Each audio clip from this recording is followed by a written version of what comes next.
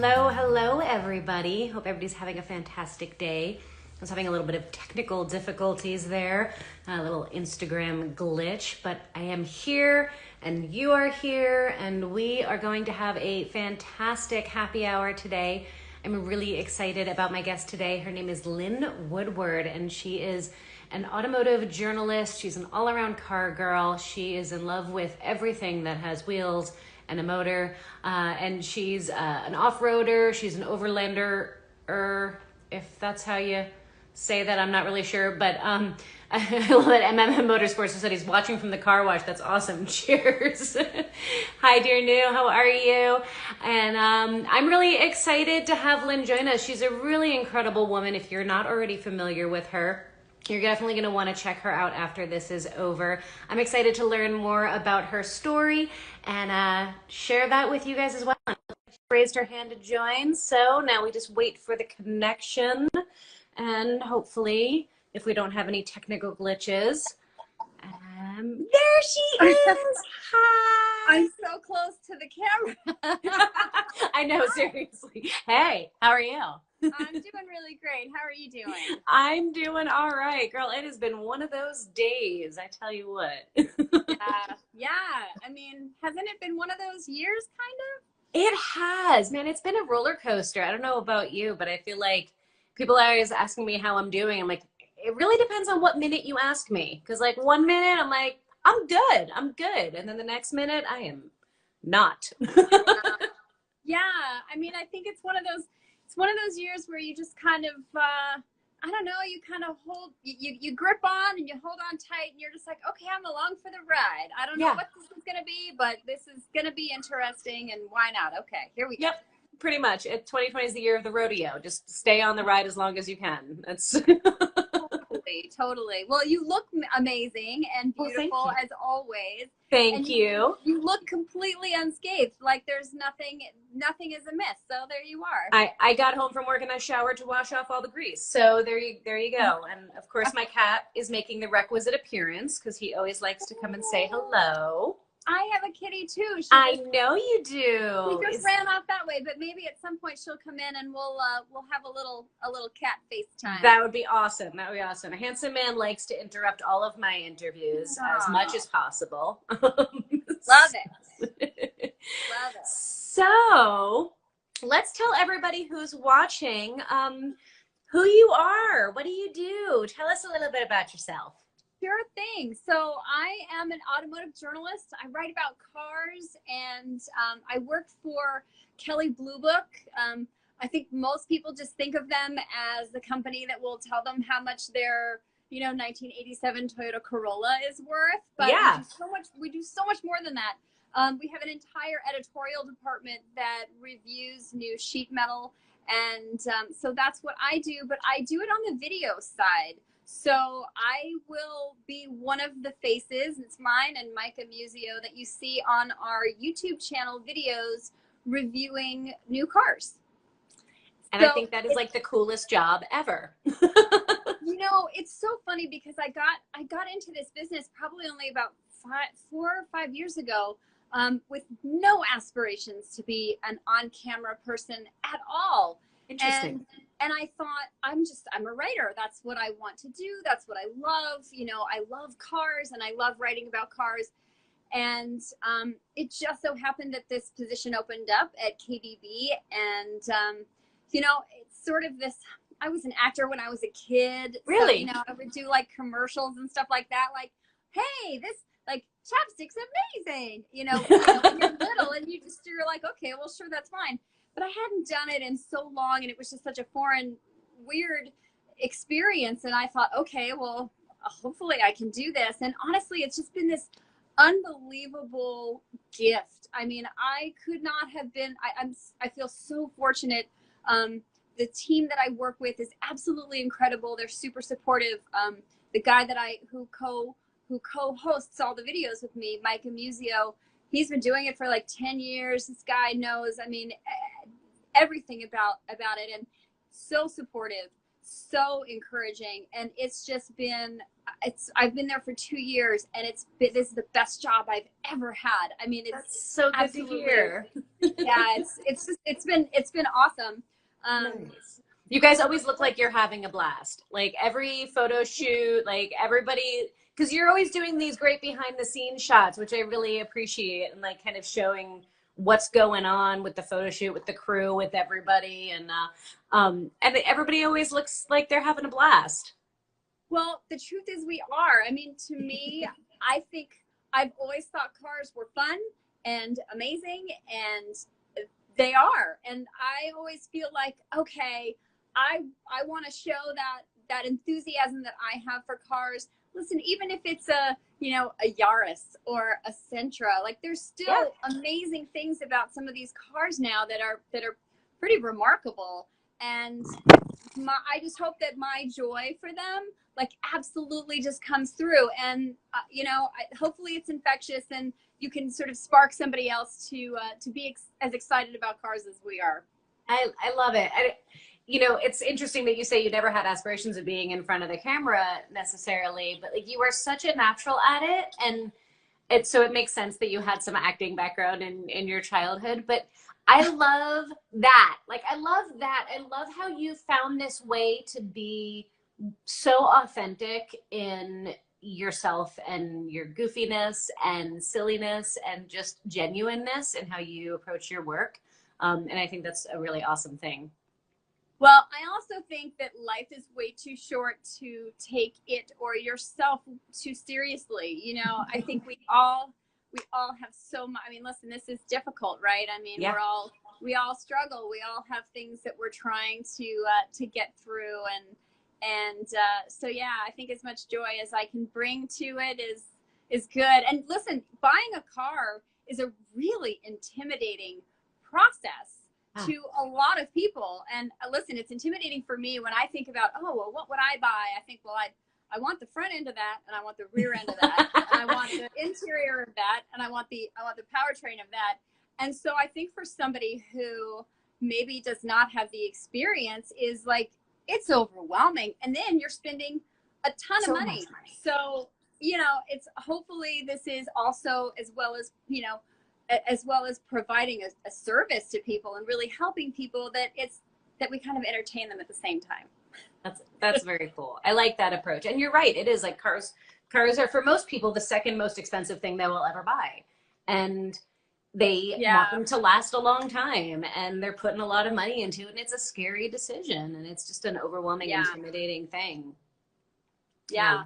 So, so that's kind of what I've been doing for the last 2 years, which has been incredible and amazing. And before that, I was a freelance writer, and so I got to work for some really incredible publications. I've had my work in Automobile magazine. I've had it in Haggerty Classic Cars, in Truck Trend magazine, and it's The Drive and Motor One, and just so many places that I feel just really fortunate to have landed in some of those great pubs. It was pretty cool. What do you feel like has been the secret to your success in getting into all of those big places and landing this awesome KBB job? And you know what? It's been a lot of hard work for me. I won't lie. Most of the people who I know who are in this business have been doing it a long time. And listen, anybody out there in the audience right now who likes cars, who knows there's so much information. And, it's not like, oh, you just need to know the cars that are out right now. It's like, oh no, there's like 5 generations of that car, just of that car. Right. And you're like, oh my gosh, like, how do I know how this has changed over the years, and what place in history does this car hold, and how important is it to the evolution of the rest of the brand, or how other manufacturers have made choices. And so the learning curve has been ridiculously steep for me. And ever growing, right? Because there's always, it's always changing. Always. And then, you go back, this is an industry that goes back well over 100 years, and you're just like, you know, as some of my friends in this business, I just think, oh, you are encyclopedic, and it's absolutely incredible. I feel like you know, they'll forget more in a day than I will ever know in my entire life. And so I try really hard to just sort of absorb from as many people as I can and go to car shows and listen to people talk about stuff. But, you know, it's been a lot of hard work. And, you know, like I said, I came to this a little older and this is like a third career for me, basically. Maybe let's call it a second career. But it's something that I really love to do, and it's a topic that really interests me. And the marvelous thing about it is I feel like I'm still learning stuff, but it's not boring. Like, and that has to be the worst thing, is just to be like, oh, I have to go to work today. Right. You know, and I think that is really a challenge to try and you know, find something that keeps you engaged and keeps you learning about things. And this absolutely does that for me. Yeah, I think you're right. It's the most challenging part of the automotive industry, and the most awesome part of the automotive industry is that things are constantly changing and there's always something to learn. And it's virtually impossible to know everything. Like, even those encyclopedia folks who I'm like, I bow down to, I don't have that kind of brain. Like, I don't remember stuff like that. Like, I can tell you how stuff works, but don't ask me what year some model came out or what the taillights looked like. I'm like, you know, I don't know. I literally have a friend, Derek Powell. You may know him, you may not. I don't know. This guy can look at the taillights and go, oh, that's a 75. Right? And I'm like, well, how do you know that? And he's like, well, it's just that's the thing, and the shape. And I'm like, okay, Rain Man, I don't know. Okay, that's great. I know. I love it. I had a parts guy at one of my first dealerships that I worked at, and he just had that Rain Man like brain for numbers, that I would go up to the parts counter and be like, I need this little clip. It's the one that goes in this spot. And he's like, oh yeah, that's a 527534372. It's in the second aisle, bin 4. And I'm like, how do you, what? He knows parts numbers. I mean, that's next level. That's right. Next level stuff. Yeah. It's insanity. I love that my cat is like settled in back here, just like to enjoy the show for the night. My cat is wandering somewhere not near me, but maybe she'll make an appearance. She's awfully cute. That's awesome. I love it. I've seen pictures of her. She seems adorable. My other cat is off hiding because she's a little bit more afraid of everything. But that's okay. What's that noise coming out of that box? I know, for real. Well, I've got him purring behind my ear like crazy, but he's so sweet. Well, so, go ahead. I almost want to ask how you've been, because I don't know if people know this, but you were literally the first woman that I interviewed when I first started out in this business. I pitched a story to Motor One about women mechanics in this country and back in the day, why there weren't more women mechanics. And you were the first woman, you know, that I spoke to in this business, and were so inspiring to me with that article and that and all of that great information. And so how have you been? What have you been doing? I've been trying to stay sane. Thank you, by the way. I really appreciate that. And I appreciate you doing that article and pushing that, I don't want to call it agenda, but like pushing that issue and that topic, because it's not often talked about, right? But I'm doing all right. I've had one of those days, and I actually want to kind of ask you about this, because I'm sure like you get this a lot, putting your work out there on the regular. I'm you know, there's days where people's comments and the crap that's said online like just rolls off my back like nobody's business, right? Like, whatever, it's all good, not my problem. And then there's days when it just like nestles under the skin, and it's like, I'm gonna sit here and bother you all day long. Yeah. And I'm wondering, like, what's your experience with that been, and how have you handled it? When I first, well, it's a loaded question, because right? there's so many parts of it. When I first started doing video for Kelley Blue Book, I made the mistake of reading the comments. And the comments were all, what's wrong with your hair? And why are you wearing mom jeans? And what, like, Oh what my are you gosh. wearing? And who is this chick? And where's Micah? And so, and I thought, okay, I'm new. Like, that's fine. Like, people just don't know who I am. And it really hurt my feelings. I was like, oh, you try and do this. Like, this ain't easy, people. Like, Right, like the defenses come up, right? Like, let's see what you got. Let's see your hair right now at work. When you have, you're outside and there's like wind blowing and right. you're trying to talk about like, the rear spoiler or whatever. And you're just like, what? So it's,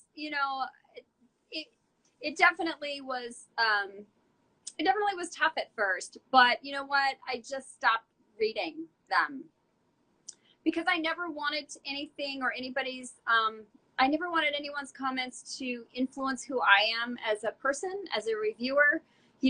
I may not have the deepest wrenching knowledge of anybody out there. Oh, you just froze on us. Uh-oh.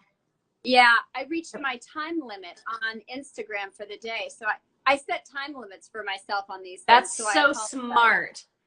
Yeah, clearly I've exceeded that today, but now we're set for the day, so we're fine. Well, that's awesome because that fits right in with what we're talking about. Set time limits on your social media. Yes. So, so I just thought, and again, Micah was really supportive, and he's like, oh, someone just said the Forerunner review rocked. Thank you, Alex. You've been getting a ton of love in the comments. I don't know, but I love being creative. I like to think that I'm sort of funny.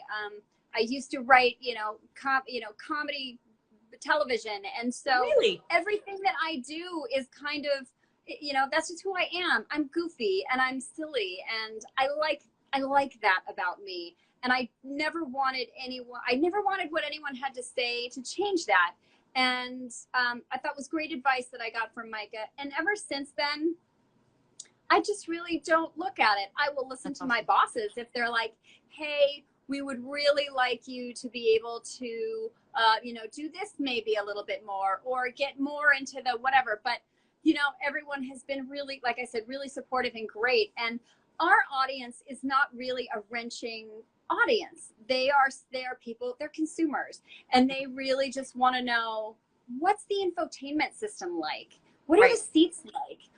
Because I'm not going to be under the hood fixing this. So how am I going to be interacting with this on a regular basis? And so for me, that's kind of the tack that I take when I do my reviews. They're not a deep dive into all the torque numbers and what that means. Because frankly, the people who are doing research through Kelley Blue Book, probably they may not even know what torque is. So, and that's fine. Yeah. So, yeah. Yeah, absolutely. That's awesome. Very cool.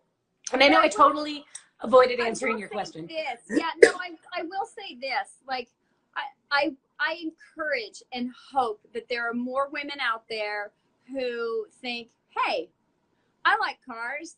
I'm interested in that, and just try and like get into this business because we need more women in this business. A lot of women buy cars, people, and a lot of women influence what men buy. So we are an important element in this industry.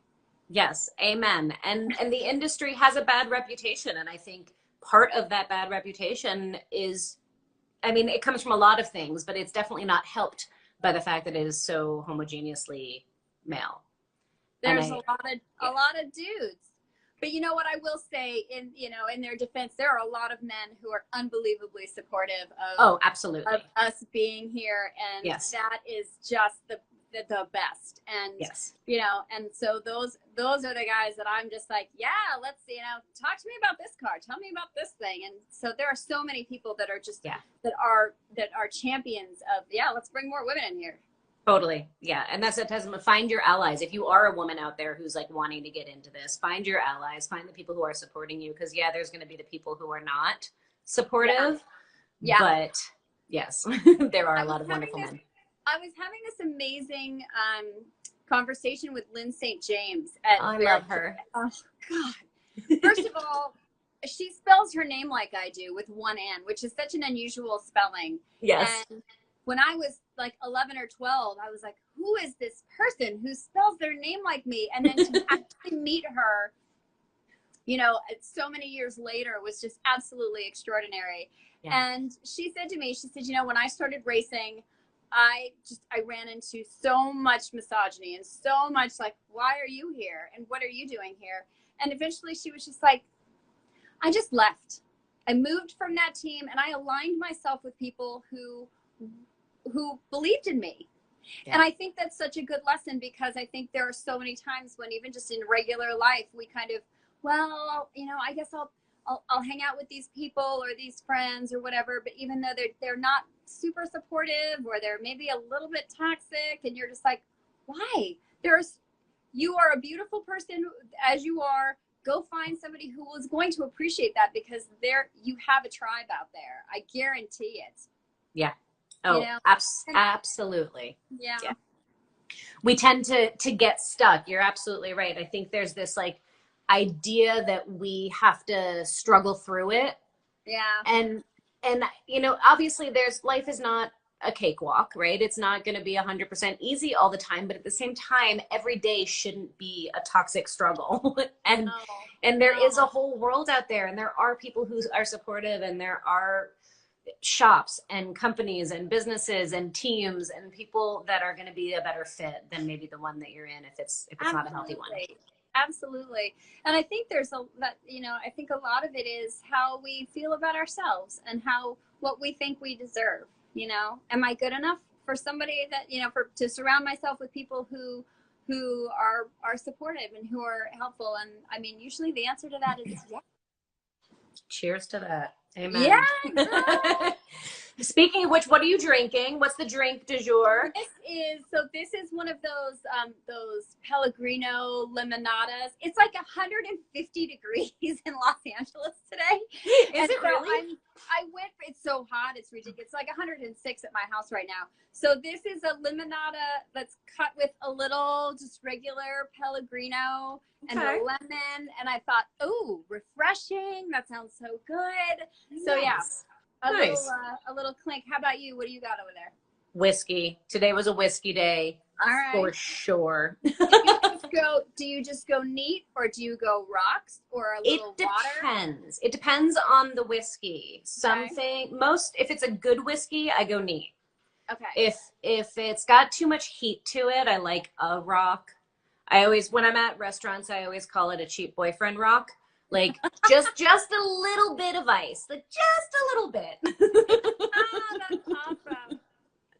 Not too much. Awesome. I just saw a question. Someone just asked if I take my vintage Datsun to Bob's Big Boy, which is in Burbank. Every Friday night there's a car show at the Burbank Bob's Big Boy, and the answer to that question is yes, I do. It's been a while, obviously. But I do take it there. I grew up in Burbank for part of the time, and we used to go there after football games. There was no car shows back then, though, sadly. but yes, I do take the Datsun. Awesome. Now you have a couple of cars yourself, right? You've got the Datsun, and what else do you have? So for those who don't know, I have a 1966 Datsun Roadster 1600. It's so cute. I love that car. It's one of those things where you're like, oh man, that's a Datsun? What? Right? When I first saw it, and oddly enough, the first time I ever saw a Datsun Roadster was at the Bob's Big Boy. Oh, how funny. A decade ago. It was this red one, and it was absolutely fantastic, and I just was blown away that it was a Datsun. My first car was a 1977 B210, which was not a cute car, and just pretty much a hunk of garbage. I think my friend Antoinette is watching right now, and she will tell you but it got us around, and that's all that matters. So I own the 66 Datsun, And I actually am so excited because I just had a 5-speed transmission put in it. Ooh. Yeah, which is fantastic. So now I can actually drive it on the freeway and it will go at highway speeds. And it doesn't feel super, I don't feel super dangerous. There's Antoinette, the orange bomb. That's right. That's awesome. And then I also own a 1987 short wheelbase Mitsubishi Montero. Okay. So it's first gen Montero. It's a little blue box. And those were solid, man. They were hard to kill. I love that thing. It's a total mountain goat. It's slow as can be, but you're not really using it for speed. It's a 4-speed automatic trans, but it's a 2.6 liter 4-cylinder engine. So it's got some guts, and I love old boxy cars, like trucks from the 80s. Yes. Like a 2-door G-Wagon would be amazing. But who has that kind of money? I don't. This is a poor man's version of that, and I'm perfectly happy with it. Totally. So, yeah. And so those are my 2 vintage cars. My daily driver is a 2013 Jetta Sport Wagon, which I love. Nothing wrong with that. No, listen, it's like, I love that car. I'm a big fan of wagons. Like, they're way more popular in Europe than they are here, and I think that's so sad because, like, here they have the stereotype or the stigma of like being a mom wagon or a family wagon. Like, in Europe they're sporty. Like, it's considered a cool thing to have a wagon. I like wagons. They're so great. To me, they're the best of both worlds because they've got the utility that you want because you've got all that space in the back, but then you've also got the kind of the performance and the drivability element to it as well. You're not riding so high up. You don't have this sort of weird, like, unbalanced, like, body roll happening. And you get one that's a little bit on the sporty side, and man, they're so fun. They are fun. I've got a 5 Series BMW wagon that is rotting away in my BMW graveyard that I have. I do. I have a BMW graveyard. It's horrible. I'm working on reducing the number of them, and that's like hopefully gonna be the next one on my list to work on because I love them. I think they're such great cars. It's gonna be fun. Yeah. No. Wagons. Go buy wagons, everybody. Yes. So they bring more here. We need them. Exactly. Good All right. So you have driven, reviewed, raced, all of the things. Like the whole gamut of vehicles. You've been driving supercars and off-road and overland cars and regular economy vehicles. Like, you've done the whole gamut. What's been your favorite to date vehicle that you've gotten to review or play with? Do you have one that stands out? Holy moly, that's a big I know, right? That's broad. There definitely are things that I enjoy, that things that I've really enjoyed driving. Recently, you have to think of recently because it's been so long. But the new Porsche 911 is absolutely just phenomenal. I mean, the crazy thing about that car is maybe 1 or 2 people that I know, and that's because they're professional race car drivers, are actually going to like squeeze everything out of that car that you can squeeze out of that car. And that's what's so remarkable about it to me is as much as you think like, oh, I'm a good driver, like I can totally do this, and you're like, and it's just like, yeah, whatever, like bring it more, and you can you can literally just give it as much as you can, and it still has room to grow. Nice. But I feel that way about Porsches in general. I just feel like dynamically they're so well sorted and so well put together that it makes even a mediocre driver look good, Nice. So that's always a really a special seat to get into. Trying to think of an offer. I did just have a chance to drive the all new Defender, and was very pleasantly surprised at the capability of that vehicle. It's changed a lot. Obviously, it's unibody now. It's not body on frame. It's, you know, there definitely are things that the purists will say like, oh, no, you know, it's not a real thing. But the problem with that is it is a real thing. You know, it can, I mean, whether you like it or not, here it is. Whether you want it to be or not, it's a real thing. It does what it's supposed to do and then some. And so to me, it's just, they did a really good job. The interior is fantastic. Nice. It's minimalist, but you don't forget you're in a luxury car. I think the exterior is great. You know, I'm not super crazy about the front end. It's very much in line with the rest of the family of, you know, of Land Rovers, but I prefer the boxiness of what the Bronco just came out with. I mean, that's a car I absolutely cannot wait to get into. Me neither. I didn't think I was going to be excited about it. Somebody actually just asked about it. They say, what say you on the new Bronco? Yeah. Bronco, listen, the Broncos just come out and just like punched everybody in the kidneys, right? I mean, it's just like, okay, watch this, you know, it's like, all right. But, you know, and I love the old Broncos, and I did not expect to like the new Bronco, but when I saw it, I was like, okay, I would not kick that out of my garage. Especially that 2-door, man. I would. It's so cute. Be still my beating heart. It's not cute. It's like totally studly, right? Right. That's what we meant. Because that's, you know, so I'm really interested to see what that does. But, you know, I just got to drive the Ferrari F8 Tributo. That's a fabulous car. I mean, again, just incredible power, so beautiful. The handling is ridiculous. And it's just, you know, so how do you pick your favorites? It's like such a Sophie's Choice moment. Like, oh my God, I love that reference. I can't. I love you for that.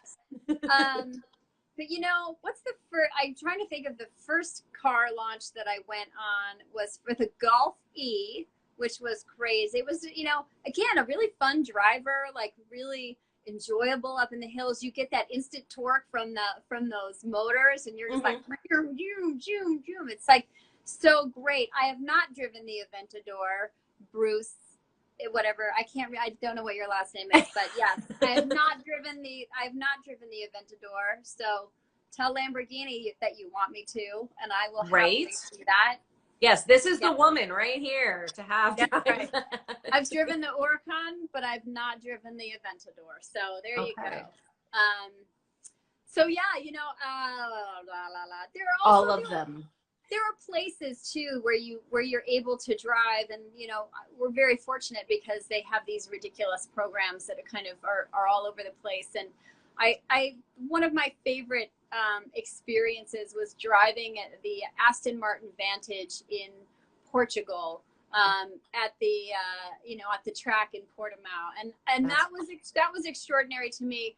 The pitches on that track are just the elevation changes, and it's just absolutely amazing. It was such an incredible experience, and it was pouring with rain, and it was just like, oh gosh, like how am I going to do this on this track? And you know, you're sort of trying to keep your wits about you and trying to really focus on the driving, but the car was so nicely put together that that there was really, you know, it felt so confident in those conditions. So yeah, it's hard to pick just one, dude. I bet. I know, but we've got so many great stories out of you just asking that question. So there you go. Yeah. Thank you. We got all of the above. All right. I want to switch gears a little bit, because another thing that you do is a lot of off-roading and rebel rallying and other such fun adventuring over. I tried to say it in the introduction. I'm like, she's an overlander. She does overlandering. Yes. I love, you know, one of my huge passions is just being outside. You know, I think that being out in nature is one of the most important things that we can do. And I do spend as much time as humanly possible in southern Utah, mostly in Moab. And I have I have a group of friends that we kind of love to sort of go out and take our weird overland vehicles. There's nothing fancy. It's nothing, I think there's a first gen Montero, or sorry, a second gen Montero that we drive, and I'm building with a couple of other friends of mine a 2002 Suzuki XL7. It's not sexy, people, but it's going to do the job. Nice. And so we're building another overland vehicle with that, and it's just being able to get out to get out in nature is so fantastic. And yeah, there's an event that came along. It will be 5 years ago next week, called the Rebelle Rally, and Emily Miller, who is a renowned off-road racer in her own right, who trained and studied with Rod Hall, and just is, an absolute superstar, really wanted to put together something that could happen here. There's the Gazelle Rally that's in Morocco, but yeah, I think really wanted to make something that was attainable and doable here in North America. And so she put together this off-road rally. It's map and compass navigation only. They take away any GPS device. They take that away for the 7 days that we're competing, which is so hardcore. It is so hardcore. It is such a long time to be out of, to be off the grid, and it's unbelievably uncomfortable. By day 3, you're just like, where's my normal life? Like, where is it? And what happened? And you're kind of in this new normal. But yeah, it's this will be it's actually, like I said, I'm leaving next week to go and do it. So exciting. I have this incredible teammate. Her name is Sedona Blinson, and she's a preschool teacher in Arizona, right? Oh, that's awesome. Right. And this is the beauty of this event, is like, you don't have to be a pro to do it. You can be, and there are definitely pros who enter this competition.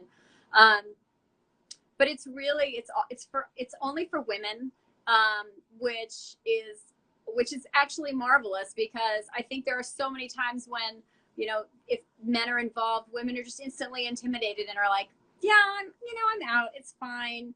But this is such a supportive environment, and all the women that I've met on this event are absolutely just like, yeah, okay, you need help, no problem. Like, I got you. Like, and it's really fantastic. And so Sedona and I make up Team Wild Grace. Oh, FJ Anna is amazing. Her and Andrea, she's some awesome buddies that I have on the rally. I love those guys. Mwah. So we're Team Wild Grace, and we've actually been sponsored by Nissan. So this is the 5th year that Nissan is putting a vehicle into the rally. Nice. And they are the only OEM that have been in all 5 years. Oh, and interesting. To me, I think, and there are all kinds of them now. I think Ford is putting in some Bronco Sports, and nice. Ram has got a Power Wagon coming in, and let's see who else has done. Honda has participated in the past. That's awesome. What a phenomenal success from inception, from her coming up with this idea to like looking where it is now and seeing the sisterhood of Rebelle Rally drivers and folks. And like I've seen y'all out in the wild, like you see each other and you're like, oh my God, right? It's this sisterhood and connection. Do you get paired up with your partner, or do you pick your own partner?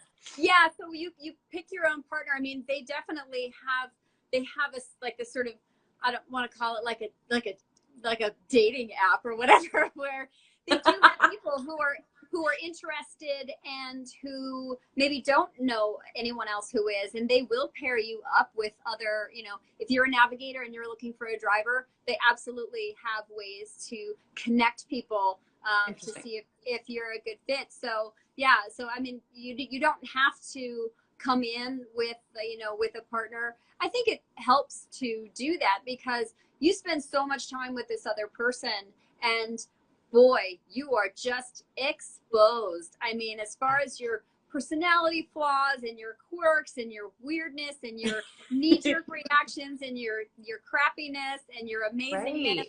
You are exposed. And self-awareness is really good to have. as is forgiveness, and for yourself and for your teammate. You know, it's one of those things where you're just like, okay, I just screwed up and I'm really sorry.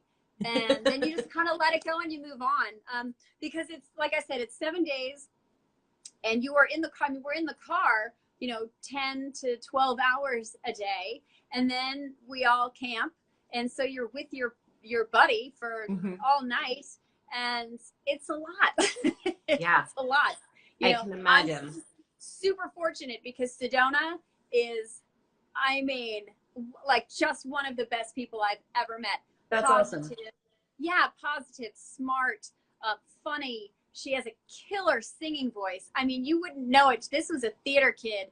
Man, she can sing a show tune like nobody else. And my mom danced on Broadway for 15 years. So I'm wow. Like, show tune baby. Yeah. So that's awesome. Yeah, so we had, you know, it's like I said, you're in the car a long time. And so it's, you know, it's one of those things that will definitely test you, but man, it teaches you a ton about yourself. And I mean, isn't that what this is all about anyway? Absolutely. I mean, everything in life is a lesson if you're willing to look for it, right? If you're willing to pay attention. 100%. 100%. Oh, Have look you... who she is. She's Yay. Hi, Donut. Have you been with a different person each time you've done the Rebelle? So the first time I did it, I was with a different teammate. I actually was, I was commissioned by the Drive to do the rally and to do a video and to write about it. Nice. And yeah, and so Nicole and I had never met, and you know, so we had a chance to do that together. But then the second time, so that was in 2017, and then in 2019, Sedona. So Sedona also has done it all 5 years. She is awesome. 100% Rebelle, which is super studly. And so her teammate, Leah, who's also incredible. She's an amazing driver, a great navigator, just killer. She was about to have her second baby. Oh. So you really can't do that. I mean, I think had just given birth, and her daughter, Grace, was maybe 3 months old. And so Sedona just reached out and she said, hey, listen, I don't know if you'd be interested, or even if Leah's not going to do this, but would you want to team up? And knowing what I knew of her team, of the people that she surrounded herself with, I just knew instantly that that was a situation I wanted to be in 100%. That's awesome. That's very cool. Yeah. Do people generally do one or the other, where they're either the navigator or the driver, or do people generally do both? Yeah, well, I think it's really different. I mean, some teams definitely switch off and they do both. I think for us, we probably would end up in Kansas if I was the navigator. So it's just know your strengths. Know your strengths. I transpose numbers all the time, and so for when you're actually like plotting longitude and latitude, like you really can't do that. You know, we'd be in like, why do we have to be in South America right now? I don't know. No, it sounded like a fun idea. So for us, it's worked out that I've done all the driving and and Sedona's done all the navigating. I do know that teams switch off, and actually before I joined Wild Grace, they had swapped tasks as well. But it's interesting because as we downloaded last year after we finished, she said, you know, it was kind of nice to just get into a groove and really just sort of, you know, kind of embrace the role of, okay, this is, I'm navigating, and you get into that mindset. And we really did get into a zone together quite quickly. And we just kind of stayed there and kind of locked in last year. And so that setup really just worked ideally for us. That's awesome. Yeah. Do you feel like each year is like you take away a different set of lessons, or? 100%. I mean, yes, you know, I think once you understand the format of the event, and once you understand how you have to be as a human being in that car with that other person, then you really have an opportunity to start building your skill as a driver, as a navigator, because you can kind of, you know, that the personality stuff is going to come up, Right. But you just, then you know, like, okay, Lyn just needs a snack. Like, she is just, you know, that's all that is. Excuse me. Get that girl a little cheese and she's fine. and so once you kind of get to that point, and Emily Miller says it best, I think. She says, first, you have to know how to finish before you can figure out how to win.